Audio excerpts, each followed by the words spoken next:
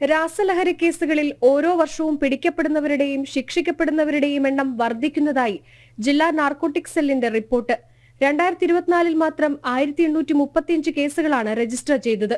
ജില്ലയുടെ വിവിധ ഭാഗങ്ങളിൽ നിന്നായി രാസലഹരി ഉപയോഗിച്ച 1985 പേരെയാണ് പിടികൂടിയത്. MDMA, കഞ്ചാവ്, brown sugar, hashish oil, hair oil തുടങ്ങിയവയുടെ വിൽപ്പനയും ഉപയോഗവും സജീവമായി നഗരത്തിൽ നടക്കുന്നുണ്ട് എന്നാണ് റിപ്പോർട്ടിൽ നിന്ന് വ്യക്തമാകുന്നത്. 3207.52 ഗ്രാം MDMA ആണ് 2024 പിടികൂടിയത്. 2023 ഈ കണക്ക് 2116 ഗ്രാം ആയിരുന്നു.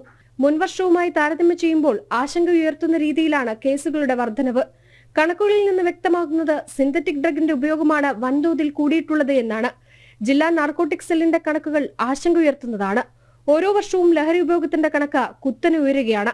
നഗരത്തിലെ ലഹരി മാഫിയ പിടിമുറുക്കിയിരിക്കുന്നത് വിദ്യാർത്ഥികളെയും യുവാക്കളെയും കേന്ദ്രീകരിച്ചാണ് എന്നതാണ് മറ്റൊരു വസ്തുത. ലഹരി സമൂഹത്തിൽ പിടിമുറുക്കുമ്പോൾ അതിനെതിരെ പ്രതിരോധം തീർക്കേണ്ടത് ഉത്തരവാദിത്തം സമൂഹത്തിന് കൂടിയുണ്ട്. ജനം, കോഴിക്കോട്.